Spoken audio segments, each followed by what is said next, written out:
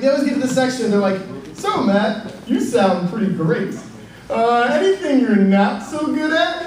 And like the business school has just like crammed down our throats all the different ways to bullshit this answer. It's like, I love mornings so much, I wish I loved them less. I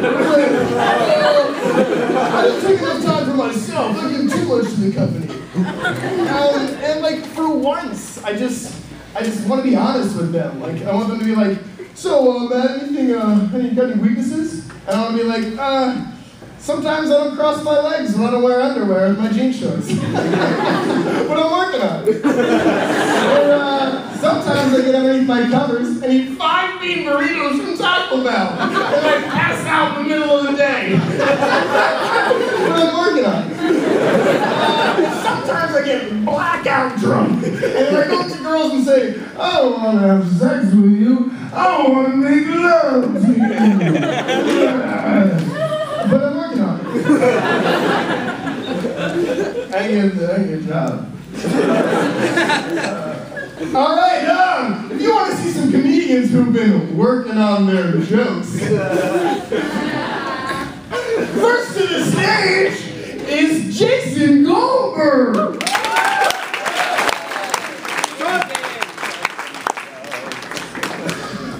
So going from Matt Caro's ending there.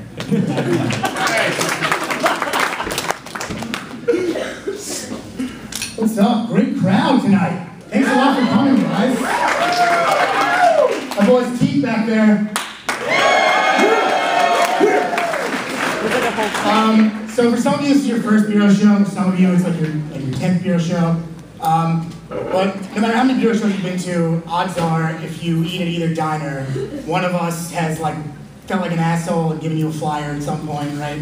We're like, hey, come to our show. And you guys all know, you guys have seen this, right? Flyering. Woo! Yeah, I've seen it. That wasn't a joke, so calm the fuck down. So, it's something we do before every show, and it's part of what comes with being in the group, but I was flying for this show a couple days ago, and I'm like, feeling like an asshole standing outside South Campus Diner, like, hey, come to a free comedy show, come to a free comedy show. And I give this one guy a thing, and I'm like, hey, free stand-up and improv show? And the guy goes, no thanks. I already do stand-up. Like, what kind of logic is that? Like, oh no, I'm writing a book, so I don't read. Oh, dude, is that Inception, man? You know I work in a theater, I can't just be watching movies. So, is this anybody's first time seeing stand-up? This guy right here. What's your name? Michael. Michael? Yup. Awesome. So, Michael, you might be a little, and whoever else is too shy to raise their hand. I got a flyer fits in my pocket. Yes. Callback joke on Michael.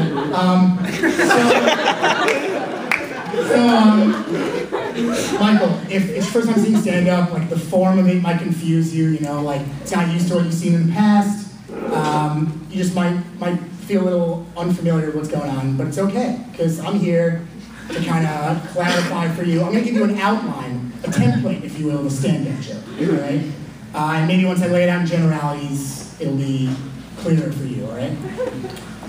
So here it is, it's an outline of a stand-up joke. So, increments of time ago, I'm engaging in a normal, everyday activity with my mother.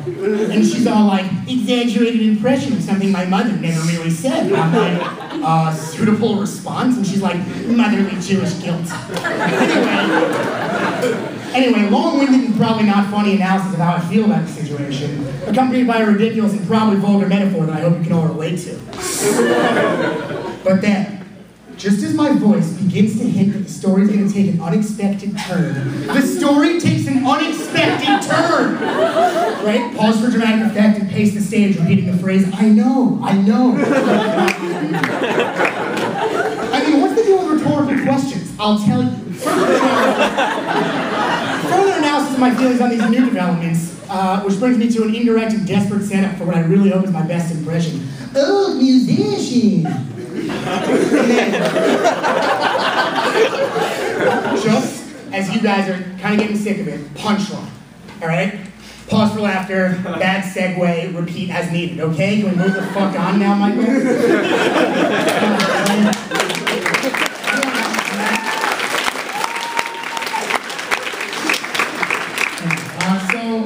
I'm not the most diligent student. I'm pretty lazy. I'll instead of going to class, I'll just watch TV and convince myself that 9 episodes of Chopped was 1 episode of Chopped.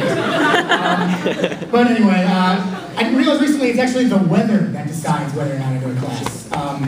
For example, if I wake up and it's snowing and raining outside, I'm gonna be like, shh, I already don't want to go to class. I'm not gonna get up and walk in this disgusting weather to class, you know?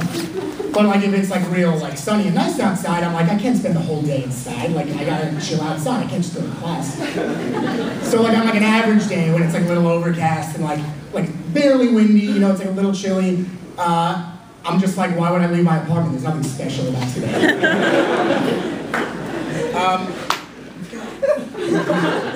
Yeah!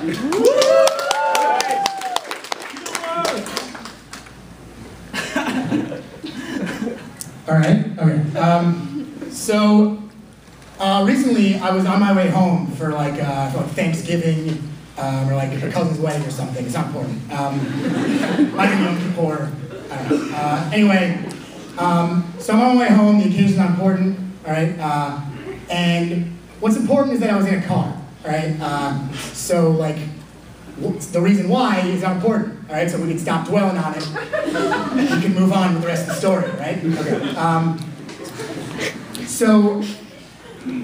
If it were important to the story, I'd remember it, right? If it mattered why I was going home, I'd know, because it would matter to the story, okay? You know, now that I think about it, it's more of a you had to be there kind of story,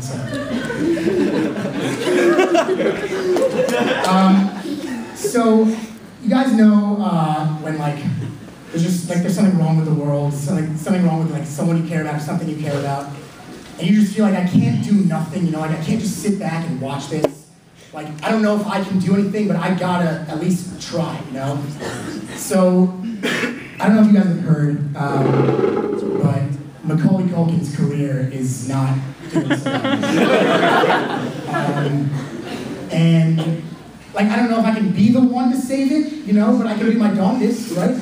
So, my thought is Macaulay Culkin's best shot of a comeback is bringing him back in the role we all love him as most, Kevin McAllister from Home Alone and Home Alone 2, Lost in New York, right? So I wrote a couple screenplays. Thank you, those screenplays. So I wrote a couple screenplays for Macaulay Culkin. This first one is called Rome Alone. And it's the story of Kevin McAllister. He gets in a real pickle when this woman at the airport is wearing the same jacket as Mrs. McAllister. And he doesn't realize until he's on a plane to Rome, right? And then he booby traps the whole Coliseum for Joe Pesci and the tall guy's Italian cousins. Right? I'd watch that.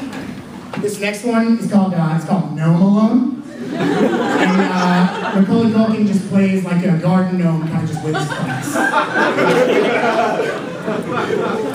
And this last one is the real moneymaker, I think. This one's called Dome Alone. And it's Macaulay Culkin sucking his own dick for 140 years.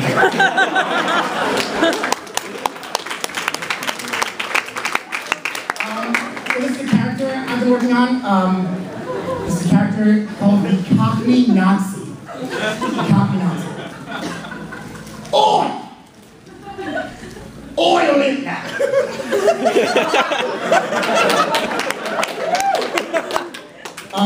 So, do you guys know what SIDS is? SIDS? So those of you who don't know what SIDS is, it stands for Sudden Infant Death Syndrome, which is obviously a sad thing, right? There's no debating that. But if we take a step back, can we all admit that that kind of sounds like something like a dad made up after he accidentally killed his baby a dumb way? The doctor's what did you say happened? Sudden infant death syndrome? Doctor's did you say sudden infant death syndrome? And Dad's yeah, you've never heard of SIDS? I thought you were a doctor. I'm taking my dead baby elsewhere. So I got one more for you. Before I leave, I want to talk to you about my new favorite thing in the world. It's a new show on TLC. If any of you guys have heard of it, find me after the show. I can talk about it for hours. It's called My Dog Ate What? Right, so it's exactly what it sounds like, which is what makes it so great. It's these people bring their dogs in the veterinarian's office and then watch household objects get removed from their sphincters.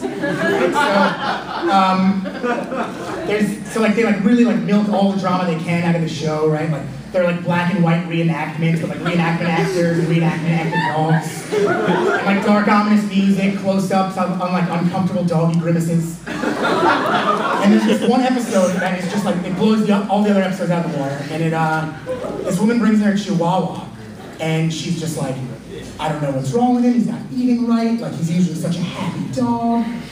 And the veterinarian examines him for a while, and finally they find a clothing tag sticking out of this dog's asshole. So they have to kind of like gingerly pry it out of the dog, right? I can only imagine if you just yank it, you pull out like a whole doggy skeleton. So for 12 hours, they're slowly removing this this article of clothing from this dog. And it's a thong, which I said too early. Only a little bit, anything really bad. It's a thong, and you expect the owner to just be like ecstatic, like, oh my god, my dog is gonna be okay, like he's healthy. But instead, just this look of terror comes over her face as she realizes that it's not her thong. Oh no, she didn't. She just spent 12 hours staring into her dog's asshole to find out her husband's been cheating. So it kind of makes me wonder if there was like a moment where like the husband's in his bedroom, like finishing up all his post-adultery maintenance, and he's like, all right, this is how you do post-adultery maintenance, by the way. He's like, he's looking around, and he hears wife come up the stairs, like, I think I'm good, one more look over.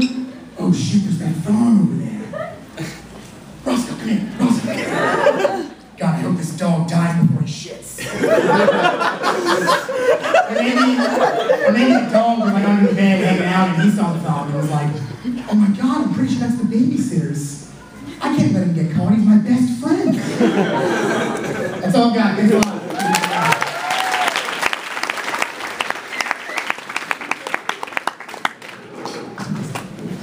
Give it up for Jason, fun with K9 Weapons. Alright, next to the stage we have Ryan Flore.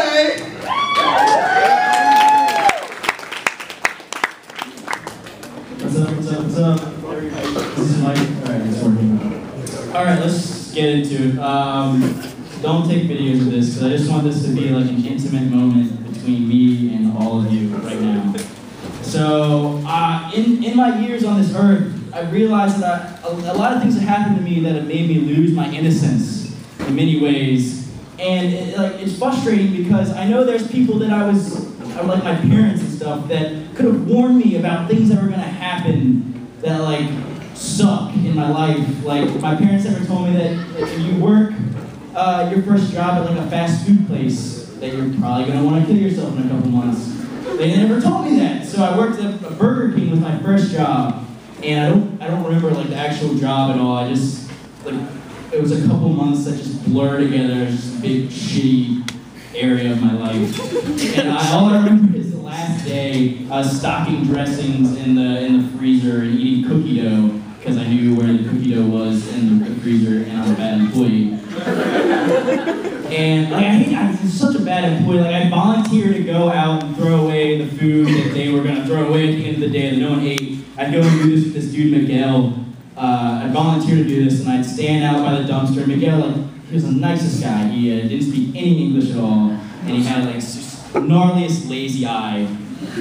Nicest guy in the world. And we'd stand outside back like in the dumpsters, and Miguel, like I'd stand with him and I just chill because I didn't want to be in work.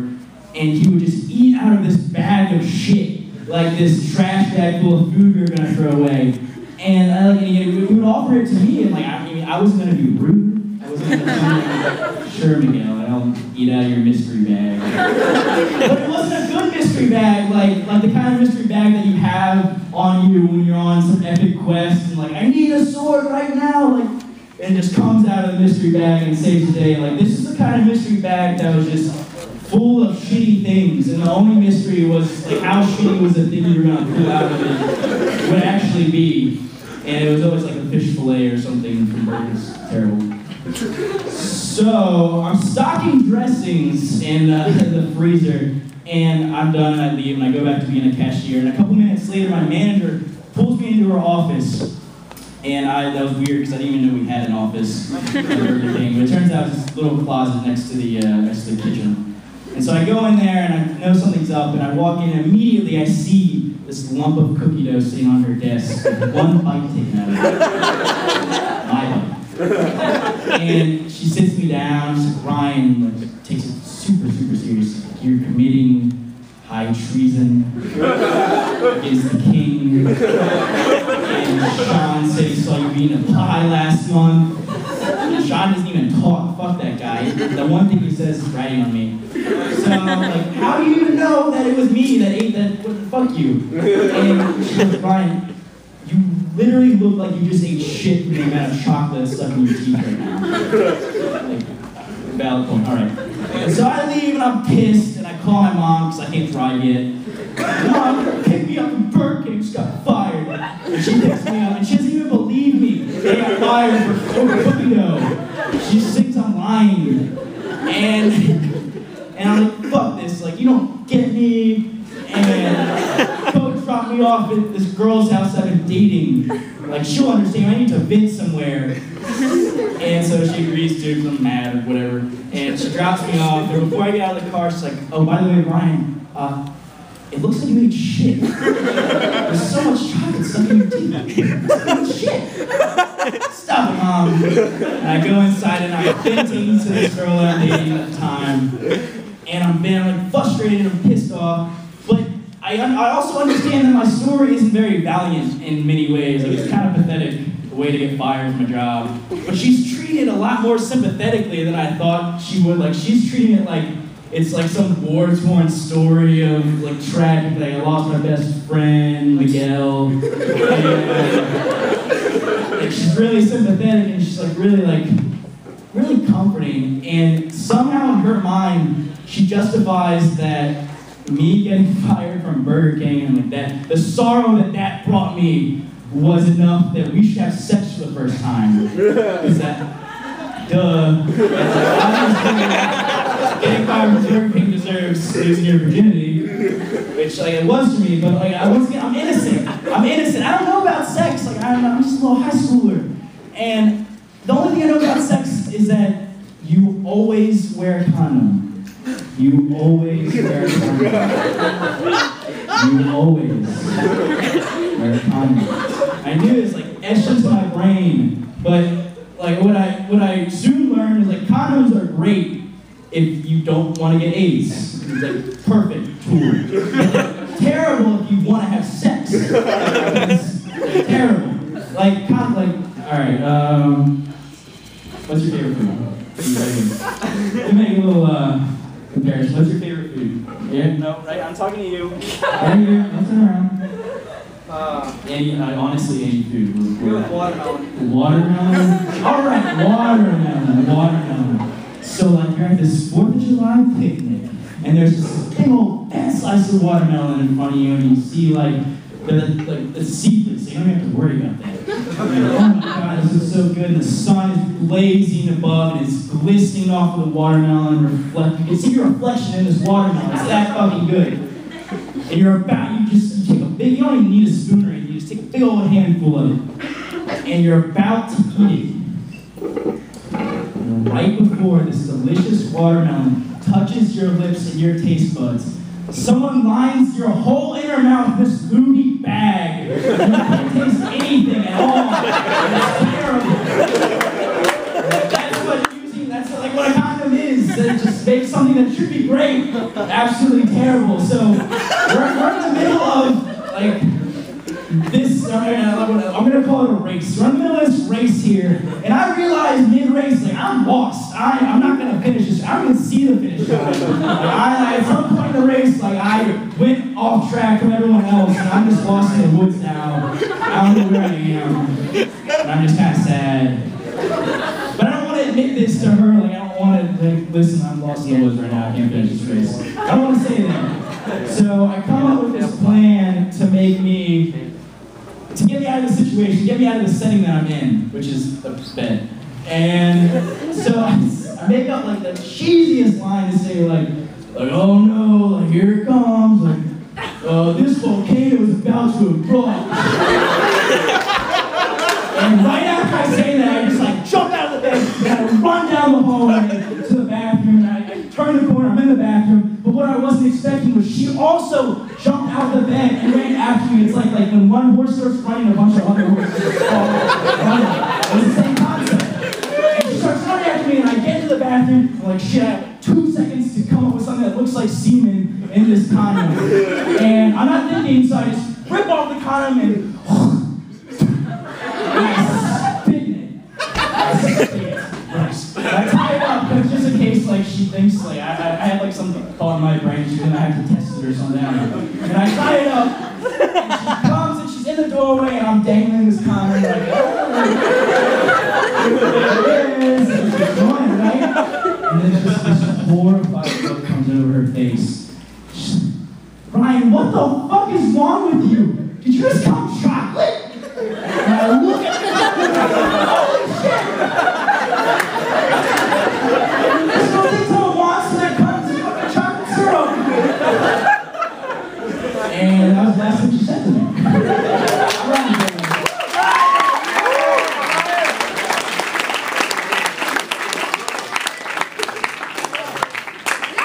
If you learned anything, just know that condoms suck. All right, next to the stage we got Nathan Yaffe.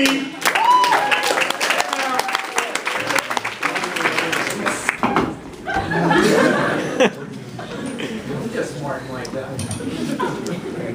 Hi everyone. So this is my my last ever Euro stand-up improv show. So I guilted them into giving me a stand-up spot, even though I don't really have any good jokes. If you want to leave, you can leave. Okay, great. I always wondered how the expression "bought the farm" came to mean someone dying. But I like to think it has something to do with a haunted farm.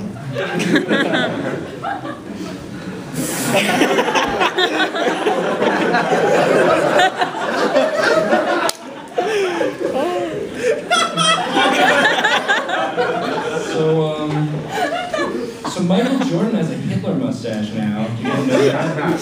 He's got a Hitler mustache. And I think that's awesome. Because I think if there's one person who could bring that style of facial hair back from being like completely associated with this like totally evil guy, it's Michael Jordan, right? He's like the biggest star, and he like played basketball with the Looney Tunes. I don't know, like I think it might count, it might bring it back to neutral, like kill like 6 million people, like have however many championship rings he has. I don't pay attention to sports, but he's really famous, he endorses a lot of stuff. But like, I wonder if maybe that was his plan all along. Like that's been like the driving force behind all of his success. Like he like got it in his head at a young age. Like if I get good enough at basketball, then like I'll become famous enough that I can like, cause he always really liked that style of facial hair and was like really upset that it was off limits. And he was like, I'm gonna make it accessible for everyone again. And like I imagine that like opening scene from Space Jam where he's like shooting hoops in the backyard and telling his dad about his future, and he's like, I'm gonna go to North Carolina, shoot. I'm gonna play on their championship team, shunk. Then I'm gonna play in the NBA, shunk. Then I'm gonna play baseball, just like you, Dad. And the dad's like, I bet after that you're gonna wanna fly, huh? And he like gets this like look in his eye, and he like starts like dribbling the ball, like he's gonna dunk it, and it just flashes all of these images of like Hitler, like, and it just like does like a real cheesy like animated. He just like dunks on him. Makes a mustache. I thought that was funny. I don't know. You guys know best, right?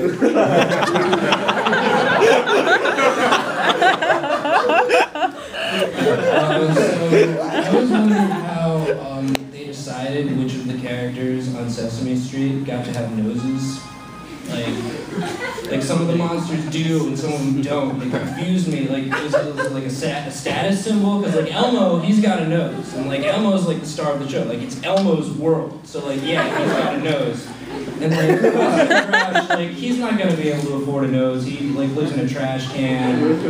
And but like that makes sense because like without a nose he doesn't have to smell the trash. So it ends up working out for him. But like what really always bothered me was Cookie Monster doesn't have a nose. So like he can never smell fresh baked cookies. Like 90% of taste is the ability to smell. And it just baffles me. Like here's this guy who's like feels compelled to like stuff his face full of cookies, and he doesn't even eat them. He just chews them around for a while and they fall out.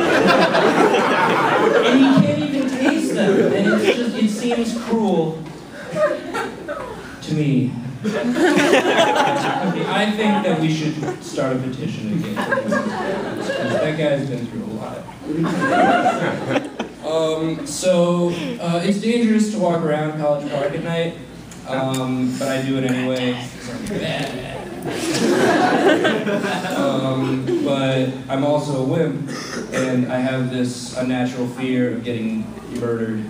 So I used to like call people when I was out by myself, but then I realized that like my friends don't like me enough. So I just pretend phone call now. So it looks like I'm talking to another human being who cares about my well-being, to anyone who might be walking by. Except like, I do this so often that like the pretend guy that I call, like, isn't having it anymore. The conversation will be like, hey man, you know, I'm just walking back from the metro. Yeah, no, I just thought I'd call to say, okay, well, I just thought if you picked up the phone, it meant you weren't doing anything. Yeah, that's fine, I don't care. You already picked up the phone, I'm just asking you to be a good friend. Well, don't get mad at me. I guess I was concerned about my safety. I thought you'd be cool. Charles, why are you getting so upset at me, Charles? Yeah, I could call her. She's coming in later, like, so she's meeting me. So there's definitely someone expecting me somewhere. Yeah, her family is, like, pretty rich. They probably pay for, like, a bounty hunter or, like, something like that. Yeah, they like me enough. Why wouldn't they? I've been to the sister's wedding. Like, okay, well, fuck you too, Charles. Fuck you too. And then I get mugged, I guess. I like it a lot when people wear shirts with writing on them, like funny phrases, like "No, I won't fix your computer," because I think it's great that people feel so confident in like a single phrase that they're willing to present it as like the one thing that I know about them. So like I can form my entire opinion of them based on that one thing. Like I like it when people like "Kiss me, I'm Irish," which from experience, I think would be more accurately "Kiss me, I'm Irish," but not really, because I get mad if you actually kiss me, even though that's what my shirt said to do. Or just as effective would just be a shirt with no writing. If you don't want to get kissed. Because you're Irish. But like, especially like shirts with Greek letters on them, because like I know everything I need to know about those people, you know, like they're really into the classics.